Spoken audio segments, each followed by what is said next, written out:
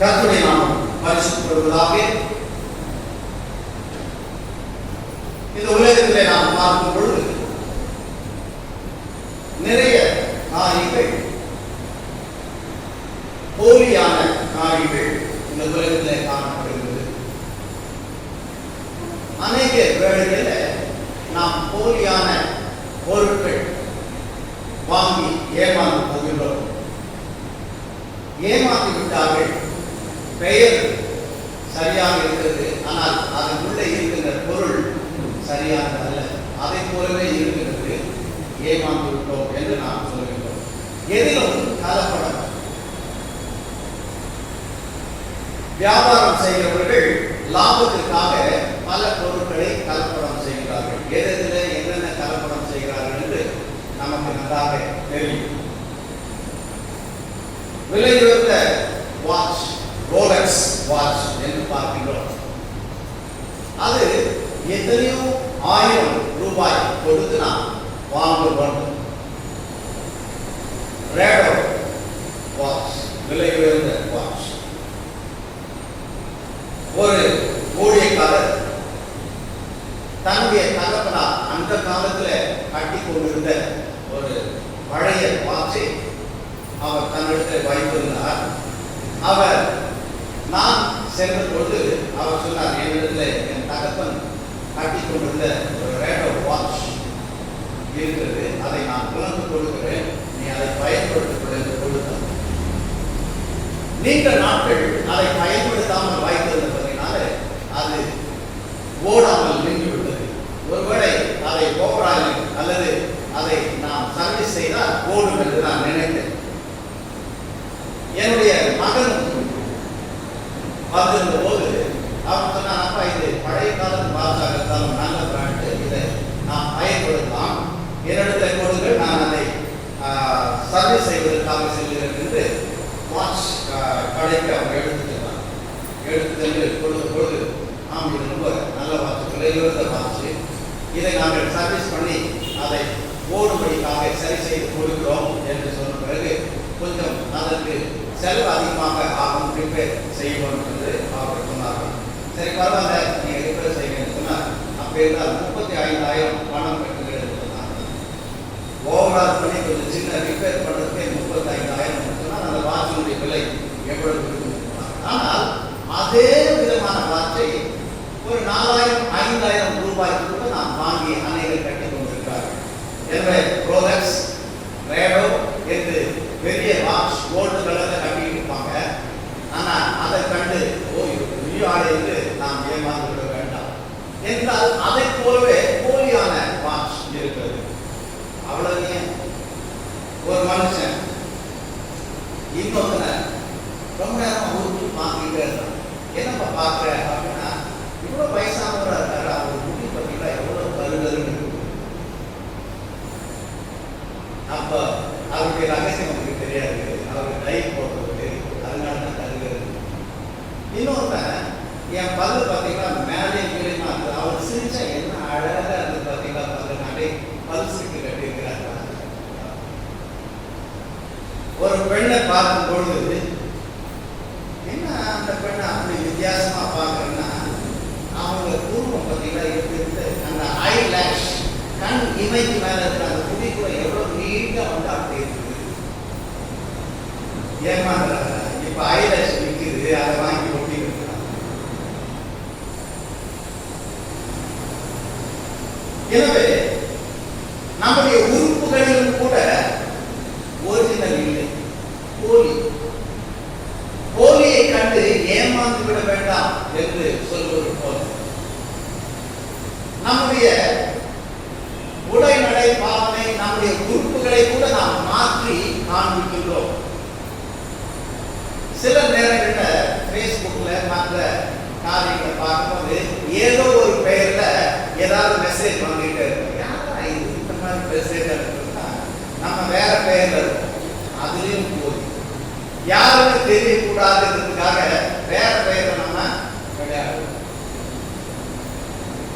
எல்லாவற்றிலும் போலியான ஒரு காரியம். அவங்க உதவி பார்த்தீங்கன்னா என்ன எனக்கு இல்லை, லிப்ஸ்டிக் அந்த மாதிரி போட்டுருக்குறாங்க. லிப்ஸ்டிக் போட்ட மாதிரியே தெரியாது. அதெல்லாம் லிப்ஸ்டிக் போட்ட மாதிரியே தெரியல. எப்பவுமே அவங்களுக்கு நேச்சுரலா இருக்குன்னா அந்த லிப்ஸ்டிக் காய்ந்து போகாம இருக்கு. அதுக்கு மேல ஒரு போட்டி இருக்கும். சில பேர் லிப்ஸ்டிக் வேண்டாம், என்னுடைய உதடே வந்து கொஞ்சம் பிங்கா நல்லதா இருக்கு, ஆனா அது காய்ச்சி போய் வெள்ளை ஆயிடக்கூடாதுன்றதுக்காக வெறும் போட்டி மாத்திரம் அடிச்சோம். அது என்ன சொல்றது? சரி, ஏதோ ஒண்ணு. எனவே நம்முடைய உறுப்புகளை நாம் மாற்றி காண்பிக்கின்றோம். போலியான காரியங்களை நாம் மாற்றுகிறோம். எங்கும் போல் இன்னும் நிறைய காரியங்களை சொல்லலாம். சில பேர் பார்த்தாலே ரொம்ப கம்பீரமா இருப்பாங்க.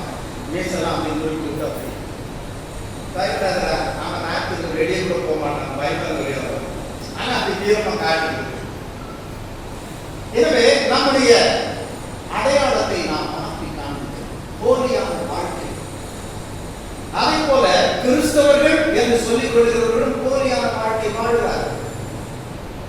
இன்றைக்கு நாம் வாசிக்க கேட்ட வேத பகுதியில அதைதான் யாக்கோபு சொல்லுகிறார்.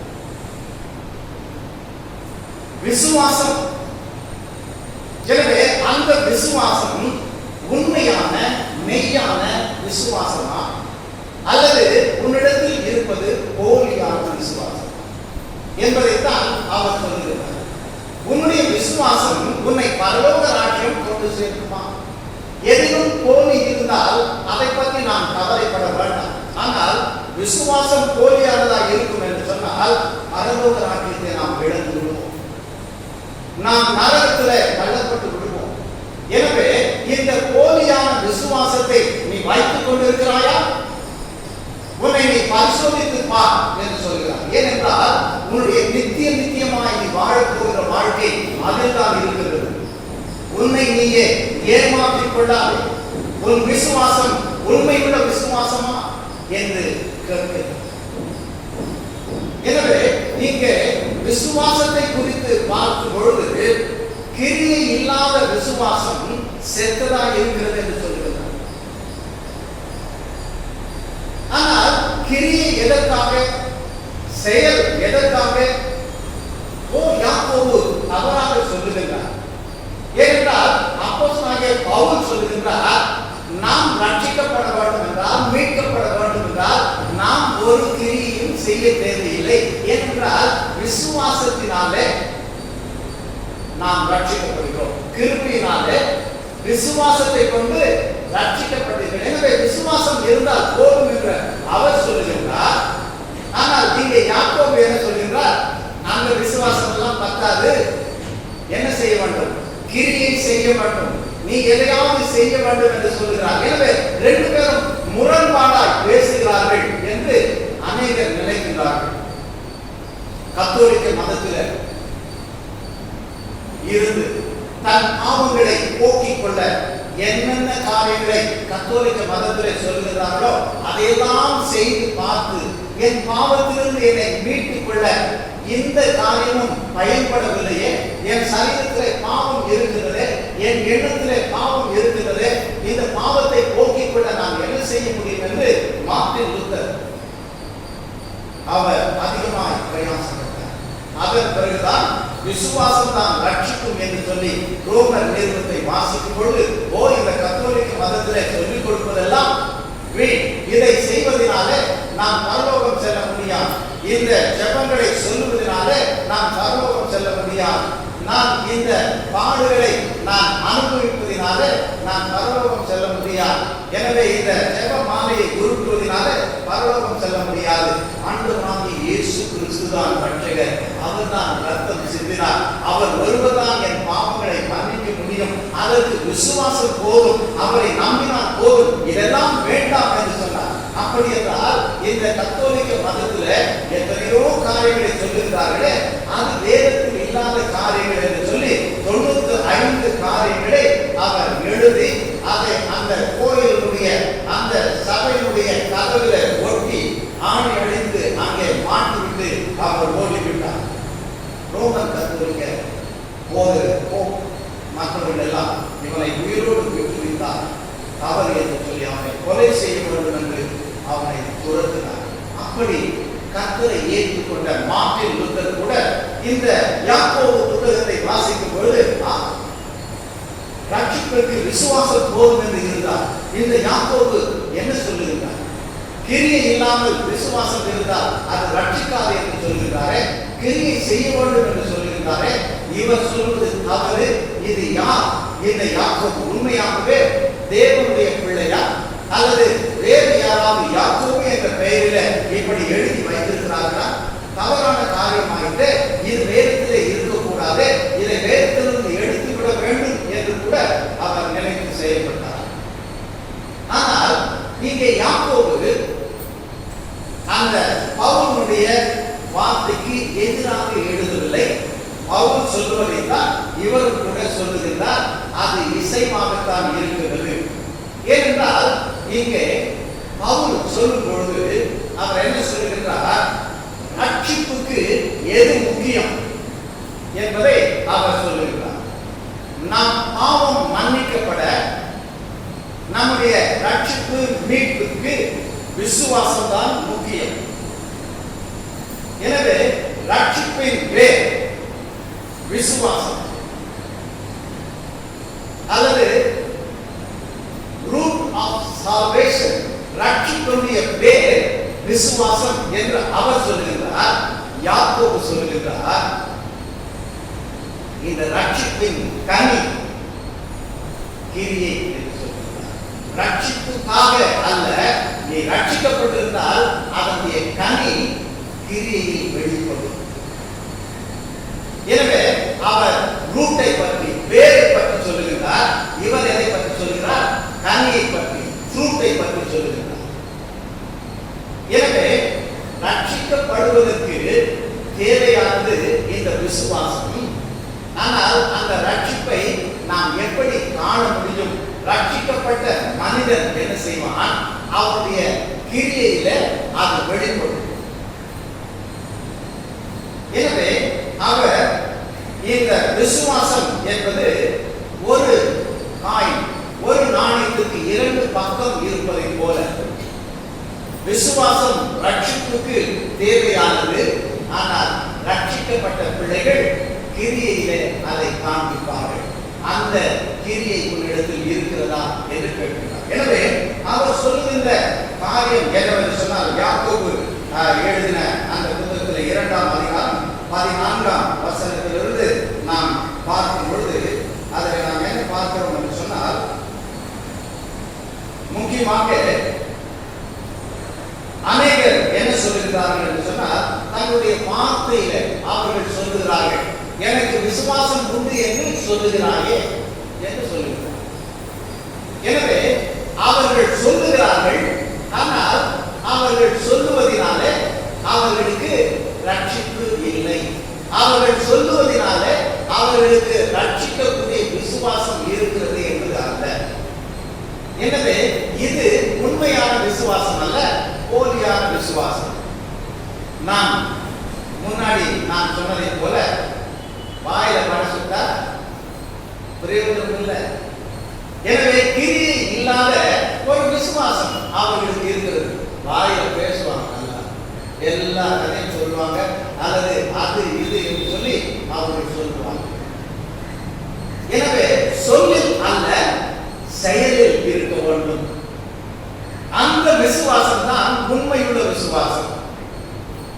எனவே உன்னுடைய விசுவாசம் செயல்படுகின்ற விசுவாசமா இருக்கிறதா? அதை நீ காண்பிக்க முடியுமா என்று அவர் சொல்லுகின்றார். நம்ம சாப்பிடும் போது உணவு பழக்கம் அல்லது சுகர் வந்துவிட்டால் நீங்க கலோரி நிறைய இருக்கிறது சாப்பிடக்கூடாது அப்படின்னு சொல்லுவாங்க. அல்லது நியூட்ரிஷன், உணவு எப்படி எடுக்கணும்னு சொல்லும் போது அவங்க சொல்லுவாங்க, இவ்வளவு கலோரி தான் இருக்க வேண்டும் அப்படின்னு சொல்லுவாங்க. அல்லது உங்களுடைய கலோரி கூடும் என்று சொன்னால் உங்களுடைய சர்க்கரை லெவல் கூடிவிடும். எனவே அந்த கலோரியை நாம் பார்க்க முடியாது. அது என்னது நம்ம அதை பார்க்க முடியாது. ஆனால் கலோரி கூடி போனால் அதை நாம் நிச்சயமா உணர முடியும். சுகர் ஏறும், உடம்பு பெருக்கிறோம், நடந்தாலே மூச்சு வாங்கும். எனவே கலோரி கூடிவிட்டது என்று சொல்கிறார். எனவே அப்படித்தான் விசுவாசமும் கூட, அவருக்குள் உண்மையான விசுவாசம் இருக்கிறது என்று சொன்னால் அது அவர் செய்கின்ற செயலிலே, கிரியையிலே வெளிப்படும். வெறும் வார்த்தையோடு நின்று விடுகின்ற விசுவாசம் உண்மையான, மெய்யான, நிஜமான விசுவாசம் அல்ல. வாயில எவ்வளவு வேணா பேசலாம். அது மாத்திரமல்லாமல் அவர் என்ன சொல்லுகிறார், மற்றவர்களை பார்த்து இரக்கப்படுகின்றார்கள். அதுக்கு அவர் என்ன சொல்றாரு, குழுக்களை நடுங்கிட்டு இருக்கிற மனுஷங்கிட்ட அவங்க பேசுறத சொல்லிட்டாங்க, சாப்பாடு இல்லாதவங்க கிட்ட அவங்க பேசுறத சொல்லிட்டாங்க. ஐயோ பசியா இருக்கிறீங்களா, அப்படியெல்லாம் இருக்காதுங்க, நல்லா சாப்பிட்டு சந்தோஷமா இருங்க. குழுக்களை நடுங்காதீங்க, நீங்க நல்லா நடுங்காம நல்லா கதகதப்பா இருங்க அப்படின்னு சொல்லிட்டு அவங்களுக்கு கதகதப்பை உண்டாக்கக்கூடிய ஒரு போர்வையோ துணியோ கொடுக்காம, அவங்க பசியோடு இருக்கிறவங்களுக்கு ஏதாவது சாப்பாடு கொடுக்காம வெறும் வார்த்தையினால அவங்களுக்காக இறக்கப்பட்டு அல்லது அவங்க உணர்ச்சி வசப்பட்டு இதெல்லாம் சொல்றதுனால அது அவங்களுக்கு அந்த விசுவாசம் ரட்சிப்பை தராது. இறக்கப்படலாம், உணர்ச்சி வசப்படலாம், உங்களுடைய ஃபீலிங்ஸை நீங்க வெளிப்படுத்தலாம், அது விசுவாசம் அல்ல. சிலருக்கு உடம்பிலே கூட பல உணர்வுகள் வரலாம், உணர்ச்சி வசப்படலாம். அப்பா இந்த மெசேஜை கேட்கும் போது அல்லது இந்த பாட்டை கேட்கும் போது உள்ளரிச்சு போது உங்களுடைய உணர்ச்சிகள் எல்லாம் உங்களுக்கு அந்த உண்மையான விசுவாசம் இருக்கிறது என்பதற்கு அத்தாட்சி அல்ல. மற்றவர்களுக்காக இறக்கப்படலாம், மற்றவர்களுக்காக உணர்ச்சி வசப்பட்டு நாம் எதையாவது செய்யலாம். ஆனால் அந்த விசுவாசம் உண்மையான விசுவாசம் அல்ல. இன்னும் நிறைய பேருக்கு அவங்களுடைய ஜெபத்தை நாம கேட்டோம்னா, ஆஹா என்ன மாதிரி வசனத்தை சொல்லி ஜெபம் பண்றாங்க, ஆண்டவரை எப்படி ஸ்தோத்தரிக்கிறாங்க, அவங்களுக்கு வேதம் தெரியும். மற்றவர்கள் பிரசங்கிக்கின்ற பிரசங்கத்தை விட சிறப்பாக பிரசங்கிக்கிறவர்கள் உண்டு, சிறப்பாக ஆண்டவரை துதிக்கிறவர்கள் உண்டு, வசனங்களை சரளமாய் சொல்லுகிறவர்கள் உண்டு. அவங்க ஜெபம் எவ்வளவு நல்லா பண்றாங்கல்ல, நமக்கு அப்படி பண்ண தெரியலையே. பெரிய பெரிய வார்த்தைகளை சொல்லுவார்கள், பெரிய பெரிய காரியங்களை செய்வார்கள். எனவே வேத வசனங்களை அவர்கள் வாதிடுவார்கள். இந்த வசனம் இப்படி சொல்லுது, அந்த வசனம் அப்படி சொல்லுது, அது இப்படி தெரியுமா, இது ரைட் தெரியுமா, அவர் எப்படி பண்றது தெரியுமா பேசுவார். ஆனால் அந்த காரியங்களை நம்பி நாம் ஏமாந்து போய்விட முடியாது. அவர்களுக்கு உண்மையான விசுவாசம் இருக்கிறது என்று நாம் நினைக்க கூடாது. அவர்கள் விசுவாசம் பரலோக நாட்டம் எடுத்து செல்ல, அவருடைய விசுவாசம் போலியானது. எனவே வேதத்தில் ஆதியாகமத்திலிருந்து வெளிப்படுத்தும் விசேஷம் வரைக்கும் நிறைய வசனங்கள் தெரிஞ்சிருக்கலாம், நிறைய சண்டே ஸ்கூலுக்கு படித்த கதைகள் தெரியலாம், ஓமைகள் தெரியலாம். சண்டே ஸ்கூல் எடுக்கலாம், யூத் எடுக்கலாம், அல்லது சகோதரிகள் கூடுதல் எடுக்கலாம், அல்லது மற்ற காரியங்களை செய்யலாம். அதனால் அவர்கள் விசுவாசம் உண்மை உள்ளது என்று நாம் ஏமாந்து இருக்கிறார். என்ன பாஸ்டர் சொல்றாரு? இப்ப நம்முடைய வாழ்க்கையில நம்ம குடும்பத்தில் இருக்கிறவங்களை எடுத்துக்கிறோம். வெளியில நம்ம குடும்பத்தில் உள்ள யாராவது பேசினாங்கன்னா அந்த கிறிஸ்துவ என்ன மாதிரி ஜெபம் பண்றாரு, என்ன மாதிரி பேசுறாரு, ஆனா நம்மளுக்கு தான் தெரியும். அவன் பண்ற அட்டுடைய வீட்டுல இருக்குது, நம்மளுக்கு யாரும் அப்படி தெரியாது. நம்ம குடும்பத்தில் அப்படி யாரும் இல்லையா? இந்த புண்ணியம் பாருங்க பண்ணு ஞாயிற்றுக்கிழமைனா அப்படியே தேவ தூதர்கள் மாதிரி சர்ச்சில் அமர்ந்து அங்க விட்டு அங்க வெளியில கிளம்புனா அதுல போறது எங்க போகணும் உங்களுக்கு வேலை இடத்துல கேட்பாங்க ஃப்ரெண்ட்ஸ் இல்ல, அப்ப சொல்லுவாங்க.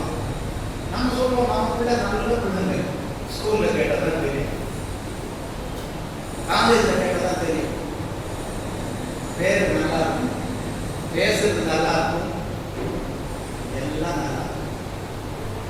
இப்ப நம்ம இந்த கொரோனாவுக்காக இந்த வாய் மூக்கை மூடுறதுக்கு மாஸ்க் போடுறோம். ஆனா சில பேர் வாழ்க்கை பூரா தன்னுடைய முகத்துல மாஸ்க் போட்டே ஏமாத்துறாங்க. அவர் ரொம்ப நல்லவர்னா அவரால் ஏமாற்றப்பட்டதுமா அடக்கா எத்தனை பேரை ஏமாத்திட்டு வந்திருக்கோம். குயிக்கி வேஷக்காரன் வேஷம் போனா நம்பாத. நம்ம பிள்ளைங்க கூட சொல்லல, ஏன்டா அந்த மாதிரி அண்ணன் அப்படி பண்ற அப்படின்னு சொல்லும் போது நம்ம அவன் அழுப்பான். அவனை பார்த்து நம்ம சொல்லுவோம், அவன் அடிக்கிறதுக்கு போவோமா, நம்ம அடிக்கிறோம் சொல்றத. அப்படி நல்ல நடிகர்கள் நம்ம வீட்டுல எத்தனை பேர் இருக்காங்க? எத்தனை மனைவிமார்கள் சர்டிபிகேட் கொடுக்க முடியும்? கிறிஸ்துவ தாங்க, உங்க கோயிலுக்கு வருவதாங்க, ஐயோ அந்த மனுஷன் பொல்லாத. ஏன்னா அவங்களுடைய விசுவாசம் வீட்டுல இருக்கிறவங்களுக்கு தான் தெரியும். நம்ம குடும்பத்துல இப்ப சர்ச்சில் அந்த அம்மாவா அக்க பக்கத்துல கேட்டாங்க, இதெல்லாம் எதுக்கு பைபிளை தூக்கி சர்ச்சுக்கு போகுது அப்படின்னு சொல்லுவாங்க. அதைத்தான் இந்த யாக்கோபு சொல்லுகிறார், போலியான விசுவாசம், உன்னை நீயே ஏமாற்றிக் கொண்டாலே அந்த விசுவாசம் எடுத்து. சில பேர் என்ன சொல்றாங்க சொன்னா, நான் இயேசுவை விசுவாசிக்கிறேன், உட்கார்ந்தா இயேசு, எழுதா இயேசு, எதுக்குதான் இயேசு சொல்றாங்கன்னு தெரியாது, எப்பவுமே இயேசு இயேசு. ஆனா யாக்கோபு சொல்றாரு, நான் விசுவாசிக்கிறேன் இயேசுன்னு சொல்றீங்க, நல்லதுப்பா. நான் சொல்றேன், இன்னொரு விசுவாசிக்கிறவர் யாரு? பிசாசு. சாத்தானும் இயேசுவை விசுவாசிக்கிறான். அதனால அவர் பரலோக ராஜ்யம் வந்துடுவாரா? நீ விசுவாசிக்கிறேன்னு சொல்லிட்டே இருந்தீங்கன்னா எங்க போவ? சாத்தான் கூட அங்கதான் போவாங்க. எனவே சொல்லாத விசுவாசம் இருக்குன்னு சொல்லாத, வெறும் வார்த்தையினாலேயே உன் வாழ்க்கையை வாழ்ந்து முடிஞ்சிடாத. எங்கே உன்னுடைய செயல்?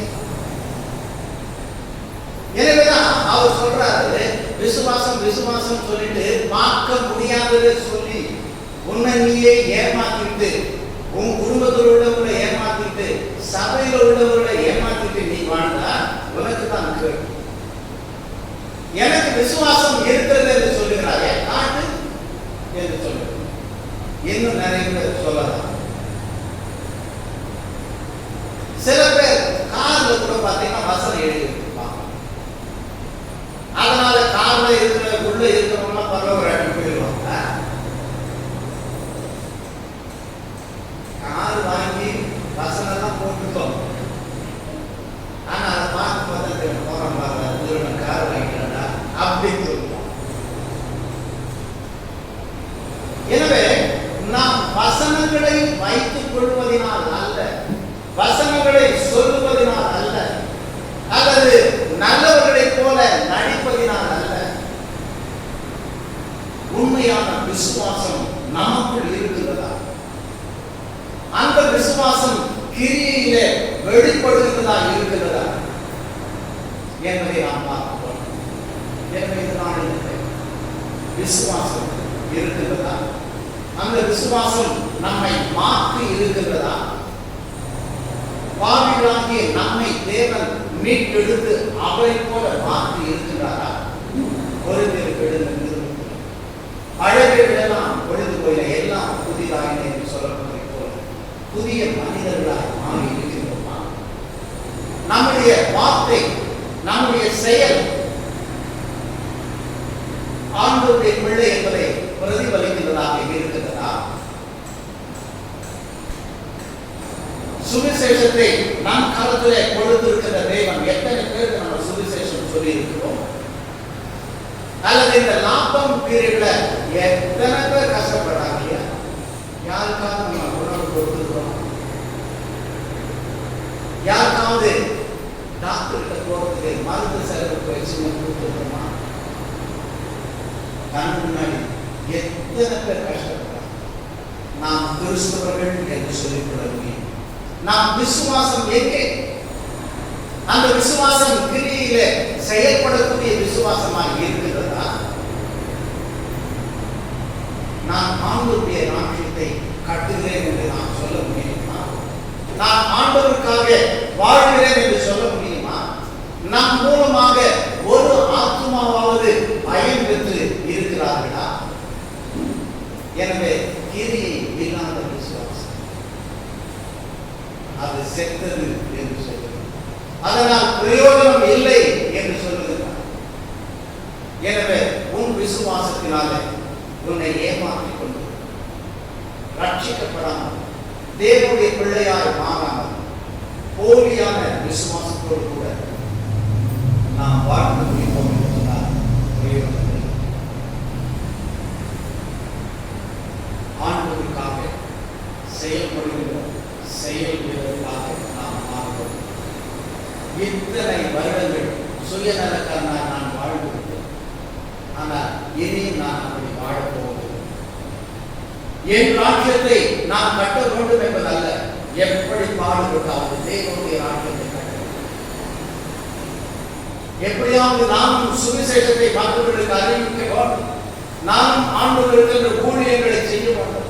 நானும் சம்பாதித்த ஆண்டவருக்கு காணிக்கைகளை கொடுக்க வேண்டும்.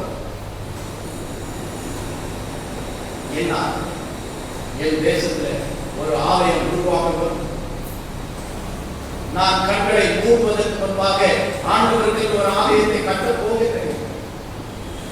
அது எந்த இடத்தில் இருந்தாலும் என் வீட்டை கட்டுவதை காட்டிலும் தேவனுக்கு ஆலயம் கட்டுவதுதான் எனக்கு மிகுந்த பிரியம் என்று சொல்லி அப்படி வாழ்கிற பிள்ளைகளாக நாம் இருக்கிறோமா? எத்தனையோ மிஷனரி மாணவர்கள் இந்திய தேசத்தில் வந்து தங்கள் ரத்தத்தை சிந்தி அவர்கள் ரத்த சாட்சியார் மறைந்திருக்கிறார். அப்படி அவர்கள் சுவிசேஷத்தை கொண்டு வரவில்லை என்று சொன்னால் நாம் இன்றைக்கு எத்தனை விக்கிரகங்களை வணங்கி கொண்டிருக்கிறோம். பாவத்தில் அழைத்து போயிருக்கோம். ஆனால் தேவன் நம்மை தூக்கி எடுத்தார். இந்த பொல்லாத உலகத்தில் நாம் இன்பமாக இருக்க வேண்டும். பாவத்தின் காரியங்களில் என் பணத்தையும் நேரத்தையும் தாழ்வுகள் நான் செலவிட போவதில்லை. ஆண்டவருக்காக அவர் என்னை பயன்படுத்துவார். எத்தனை பேருக்கு நான் சுவிசேஷத்தை சொல்ல போகிறேன், எத்தனை ஊழியர்களை செய்ய போகிறேன், எத்தனை காரியங்களை செய்ய போகிறேன். என்னால் முடியாது. எனக்கு படிப்பு இல்லை, எனக்கு பணம் இல்லை, வசதி இல்லை. தேவன் நாம் விசுவாசம் எங்கே? பவுல் சொல்லுகிறார், இதையெல்லாம் நான் செய்தேன் என்று சொல்லுங்கள். எத்தனையோ சபைகள் உருவாகும். என்னால் முடியாது, ஆனால் என்னை பலப்படுத்துகிற கிறிஸ்துவினால எல்லாவற்றையும் செய்ய பலன் உண்டு. எனவே நாம் ஒவ்வொரு ஆண்டுகளை என்னுடைய விசுவாசம் கிரியை செய்கிற விசுவாசமாக இருக்கிறது. ஆண்டவர் சொல்றார், இப்போ கூட நம்ம கர்த்தருடைய பந்தியில பங்கு பெற போதும்.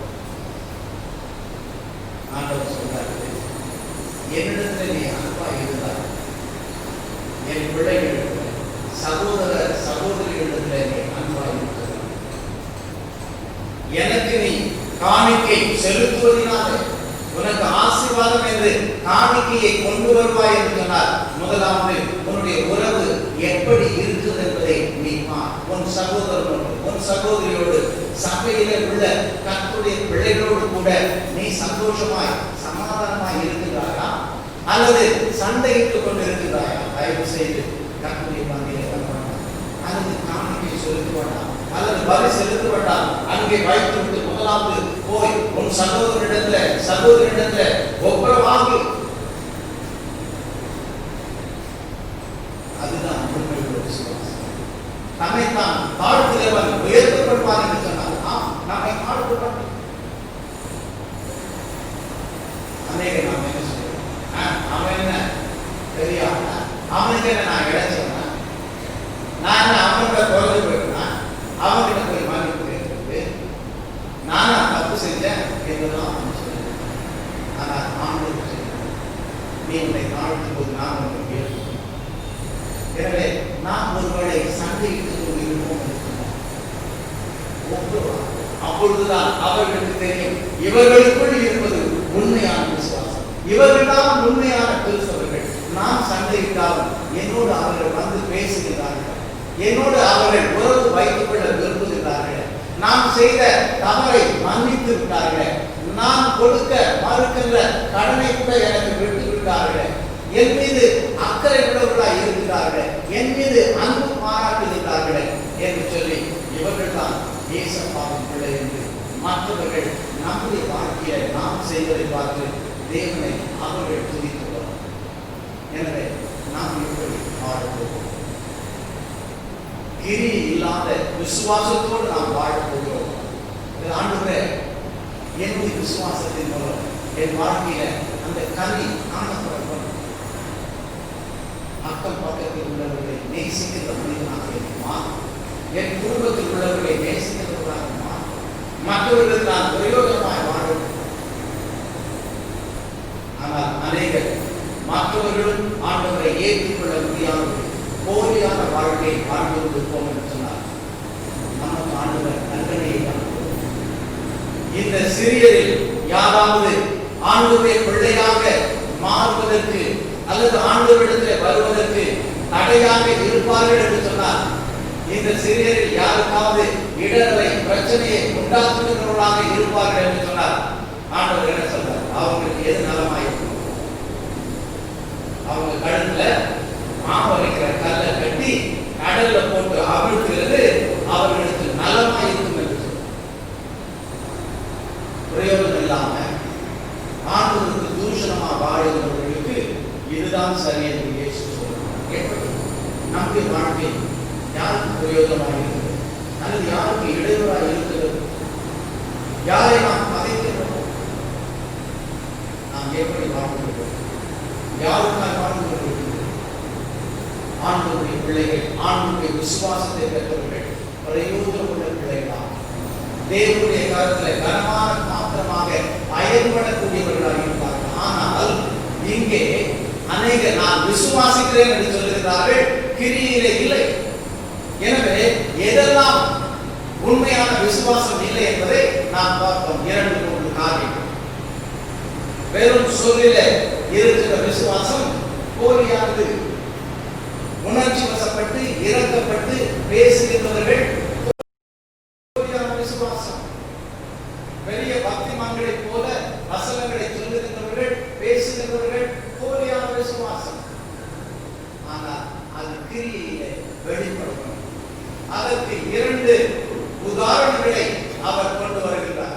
அந்த மனுஷனிடத்தில் இருந்ததுன்னா உண்மையான விசுவாசம், அந்த பெண்ணினிடத்தில் இருந்ததுன்னா உண்மையான விசுவாசம் அப்படின்னு யாக்கோபு சொல்லுகிறார். யார் அந்த 2 பேரு? ஆபிரகாம், ஆகார். ஆபிரகாம் விக்கிரகங்களை வணங்கி கொண்டிருந்தவன். அவன் யூதன் அல்ல. ஊர் என்று சொல்லக்கூடிய இடத்துல விக்கிரக ஆராதனை செய்து கொண்டிருந்த அவனை ஆண்டவர் அழைத்து, உன்னை அப்பாவை விட்டு, குடும்பத்தை விட்டு, தேசத்தை விட்டு நான் அழைக்கின்ற இடத்துக்கு போன்னு சொன்ன, எங்க போகணும்னு தெரியாம ஏதோ செல்லுகிறது என்று புறப்பட்டு சொல்லுகிறார். ஆண்டவர் அவனுக்கு கொடுத்திருந்த ஒரே மகனை பலி செலுத்த வேண்டும் என்று சொன்னபொழுது, என்ன ஆண்டவர் சந்ததி ஆசீர்வதிப்பு சொன்னீங்க, இப்ப இருக்கிறது ஒரே மகன், இவனை பலி செலுத்த சொல்றீங்க. இல்ல, ஆண்டவர் சொன்னால் அதை நான் தன் மகனை பலியிட. எது வரைக்கும் அவர் எடுத்து சென்றார் சொன்னார், கர்த்தர் என் மகனை உண்மையாவே பலி செலுத்த சொல்றாரா என்று அவன் சந்தேகிக்கவில்லை. மகனை எடுத்து சென்று அங்கே பலிக்காக அவன் கையை கட்டியாங்க, படுக்க வச்சுட்டாங்க. என்ன செய்யறாரு?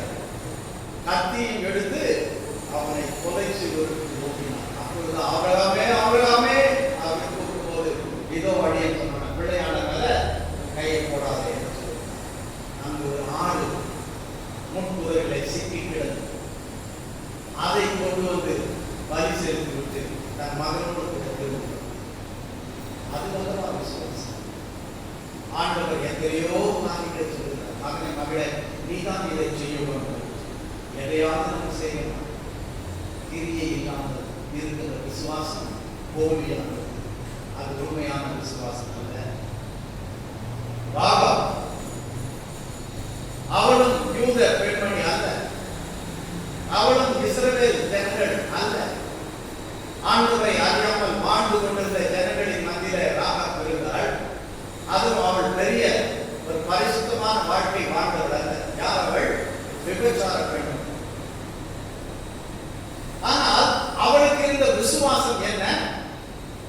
இவர்களுடைய தேவன் தான் உலகத்தை படைத்த தேவன். அவர்தான் உண்மையுள்ள தேவன். அவர்கள் நம் நாட்டை பிடித்து விடுவார்கள். எனவே அந்த தேவன் தான் உண்மையுள்ள தேவன் என்று சொல்லி வேவு பார்ப்பதற்காக அந்த இருவரை தைரியமாக தன் வீட்டிலே மறைத்து வைத்து அவர்களை நான் இப்படி இவர்களை மறைத்து வைத்தால் என்னை பிடித்தால் என்னை கொண்டு விடுவார்கள் என்று சொல்லி தன் உயிர்காக கூட அவள் பயப்படவில்லை. தேவனை உறுதியாக விசுவாசித்தபடினாலே அதை தன் செயலிலே அவர் காண்பு. எனவே உங்களுடைய விசுவாசத்தை காட்டுங்கள் என்று யாரும் நம்முடைய விசுவாசத்தை நம் வீட்டில் உள்ளவர்கள் சொல்லுவார்களா?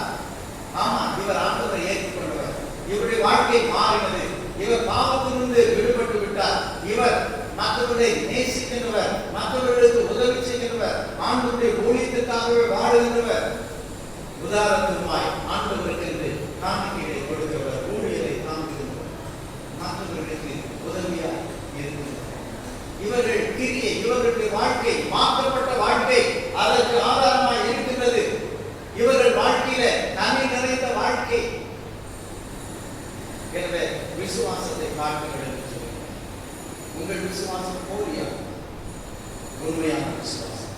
ஆண்டவராகிய இயேசு கிறிஸ்துவை சொந்த ரட்சகராக ஏற்றுக்கொண்ட நாம் இந்த உலகத்தில் அவருக்காக வாழ என்ன காரியங்களை செய்வது? ஒருவேளை இதுவரைக்கும் அப்படி செய்வது என்றால் ஆவலாக ஆண்டவர் அழைத்துக் கொண்டு அவர் செயல்பட்டாரே. ஆக விசுவாசித்த போது அவர் செயல்பட்டாரே. அதற்கு ஆமாண்டவரே, யாருக்காக நான் இந்த உலகத்தில் வாழ்கிறேன்? எனக்காக ஜீவனை தந்த உமக்காக அல்லவா? எனவே நானும் கூட உமக்காக வாழ என்னென்ன காரியங்களை நான் செய்ய வேண்டுமோ அதை செய்ய அர்ப்பணிக்கிறேன் என்று சொல்வோம். நம்முடைய விசுவாசம் கிரியை செய்ய தொடங்கி விடுகிறார் என்று பார்க்கிறோம். எபேசியர் 2ஆம் அதிகாரம் 8ஆம் 9ஆம் வசனங்களை வாசிக்கும் பொழுது அவர் சொல்லுகிறார், கிருபையினாலே விசுவாசத்தை கொண்டு ரட்சிக்கப்பட்டீர்கள் என்று உங்களால் தேவனுடைய ஈவு. ஒருவர் பெருமை பாராட்டபடி கிரியை நான் உண்டாகல, ஆனால் எதற்காக நீங்கள் ரட்சிக்கப்பட்டீர்கள்? 10ஆம் வசனத்தை வாசிக்க, நற்கிரியைகளை செய்கிறதற்கு கிறிஸ்து இயேசுவுக்குள் சிருஷ்டிக்கப்பட்டோம். நம்ம படைக்கப்பட்டதே நற்கிரியை செய்யறதுக்காக. இயேசப்பாவின் பிள்ளைகள் தான் இந்த நல்ல காரியத்தை செய்வாங்க. இயேசப்பாவின் பிள்ளைகள் தான் நமக்கு எதிராக நம்மளை அடிச்சு துன்பப்படுத்துற அந்த விக்கிரக ஆராதனையில் இருக்கிற மக்களை நேசிப்பாங்க, அவங்களுக்கு சுவிசேஷம் சொல்லுவாங்க. ஆண்டவருடைய பிள்ளைகள் தான் இந்த உலகத்தில் எங்க வேண்டுமென்றாலும் சென்று ஆண்டவரை பற்றி சொல்லுவார்கள். அவர்கள் தான் மக்களுக்கு உதவி செய்வார்கள், உணவளிப்பார்கள், உடை தருவார்கள், படிப்புக்கு உதவி செய்வார்கள். எத்தனை பேர் கிறிஸ்தவ பள்ளிகளிலே கல்லூரிகளிலே நாம் படிக்கிறோம்? எத்தனை கிறிஸ்தவர்கள் உதவி செய்கிறார்கள்? எத்தனை கிறிஸ்தவர்கள் அனாதை இல்லங்களை நடத்துகிறார்கள்? எத்தனை பேர் அப்படிப்பட்டவர்களுக்கு உதவி செய்கிறார்கள்? எத்தனை பேர் ஆலயம் கட்டுவதற்காக உதவி செய்கிறார்கள்? நாமே அப்படி செய்ய முன்வருவதில்லை. நம்முடைய விசுவாசம் குறைந்ததுனால் ஏன் நாம் தீர்மானம் எடுக்கக்கூடாது? நான் ஆண்டுடைய ராஜ்யத்துக்காகத்தான் சம்பாதிக்கிறேன், அவருடைய ராஜ்யத்தை கட்டத்தான் பிரயாசப்படுகின்றேன், அவருக்காகத்தான் நான் வாழ்கிறேன் என்று நம்மை அர்ப்பணித்து நம்முடைய விசுவாசம், அந்த நம்பிக்கை நம்முடைய வாழ்நாட்களில் கிரியில வெளிப்படக்கூடியதாக இருக்கிறதா என்று பார்க்கிறோம். அதற்காகவே நாம் படைக்கப்படும். உலக தோற்றத்துக்கு முன்பாகவே தேவன் நம்மை பெறுகிறார். போலியான கிறிஸ்தவ வாழ்க்கை வாழ்வதற்கு அல்ல, உண்மையான விசுவாசத்தின் பிள்ளைகளாக, கனிதருகின்ற பிள்ளைகளாக வாழ தேவன் நம்மை பெறுகிறார். எனவே நாம் கர்த்தருக்கு நம்மை அர்ப்பணிப்போமா? கண்களை மூடுவோம்.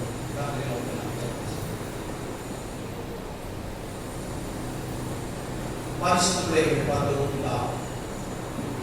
உண்மையுள்ள விசுவாசம் எது, போலியான விசுவாசம் எது என்று நாங்கள் பொறுக்க கர்த்தரை கிருபை செய்வோம். ஆமாண்டவரே, அநேக மக்கள் போலியான விசுவாசம் உள்ளதற்காக, தங்களுக்கு ஆசீர்வாதம் வேண்டும் என்பதற்காக என்னென்ன காரியங்களை செய்ய வேண்டுமோ அதையெல்லாம் செய்து கொண்டு சுயநலக்காரர்களால் ஓடிக்கொண்டிருக்கின்ற வேளையில் கர்த்தர் எங்களுக்கு தந்த விசுவாசத்தினாலே நாங்கள் செயலாக்குகின்ற பிள்ளைகளால், உண்மையுள்ள பிள்ளைகளாக வாழ தேவ ஆவியானவர் நீர் என்னை பலப்படுத்தி வருகிற உமக்கு நன்றி செலுத்துகிறோம். வெறும் வார்த்தையினாலே இருக்கின்ற விசுவாசம் உண்மையாக அல்ல, அல்லது இறக்கப்பட்டு உணர்ச்சி வசப்படுகிறதுனால அந்த விசுவாசம் உண்மையானது அல்ல, அல்லது தன்னுடைய வாழ்க்கையில வசனங்களை சொல்லுவதோ அல்லது ஸ்தோத்திரிப்பதோ மற்ற காரியங்களை செய்வதனால இந்த விசுவாசம் உண்மையானது அல்ல. கிரியை செய்கின்ற விசுவாசம், நடைமுறை வாழ்க்கையில மற்றவர்களுக்கு பிரயோஜனமாய் வாழ்கின்ற வாழ்க்கையில உண்மையுள்ள விசுவாசிகளுடைய வாழ்க்கை என்பதை நாங்கள் அறிந்து கொள்வோம். எனவே தேவனை நாங்களும் கூட செயல்படுகின்றவர்களாய் உண்மையுள்ள விசுவாசம் உள்ளவர்களாய் ஒருவரை ஒருவர் நேசிக்க ஜெபிக்கின்ற பிள்ளைகளாய் ஊழியம் செய்கின்ற பிள்ளைகளாய் ஊழியத்தை காக்குகின்ற பிள்ளைகளாய் இருக்க ஒவ்வொருவருடைய வாழ்க்கையிலும் இந்த கனி வழிபடுவதற்காக தேவனை நாங்கள் அர்ப்பணிக்கிறோம். எங்கள் சபை மக்கள் ஒவ்வொருவருடைய ஆசிரியம் செய்தி கேட்ட பிள்ளைகளான என் இருதயத்தை வழிநடத்த தாழ்மைக்கு ஏசப்பாவுக்காக வாழ என்னை அர்ப்பணிக்கிறேன் என்று கொடுக்க ஒவ்வொரு பிள்ளைகளையும் மீன் பரப்பிற்கு வழிநடத்த நாங்கள் ஜெபிக்கிறோம். எங்கள் மீன்படும் பிரச்சனை இயேசு கிறிஸ்துவின் மூலம் நன்றி செலுத்தி ஜெபிக்கிறோம். எங்கள் ஜீவனோட